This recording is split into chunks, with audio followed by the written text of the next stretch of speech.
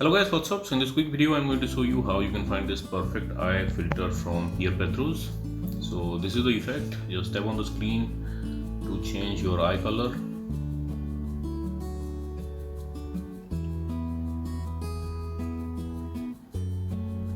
Okay, likewise, to get this effect, visit the creator profile. Okay, so when you go to the creator profile, you will see the profile like this.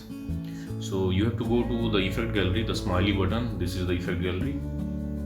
If you can't see the effect gallery, then you can retrace your page by dragging the page down like this, and you should see the effect gallery. So go to the effect gallery and scroll until you find this one, perfect eyes. Tap on it and you will see this preview. From here you can save it to your Instagram camera tray and try the filter, and that's it. So that's it guys. Likewise, you can get this filter and use this filter on Instagram. So thanks for watching the video guys. See you in the next video.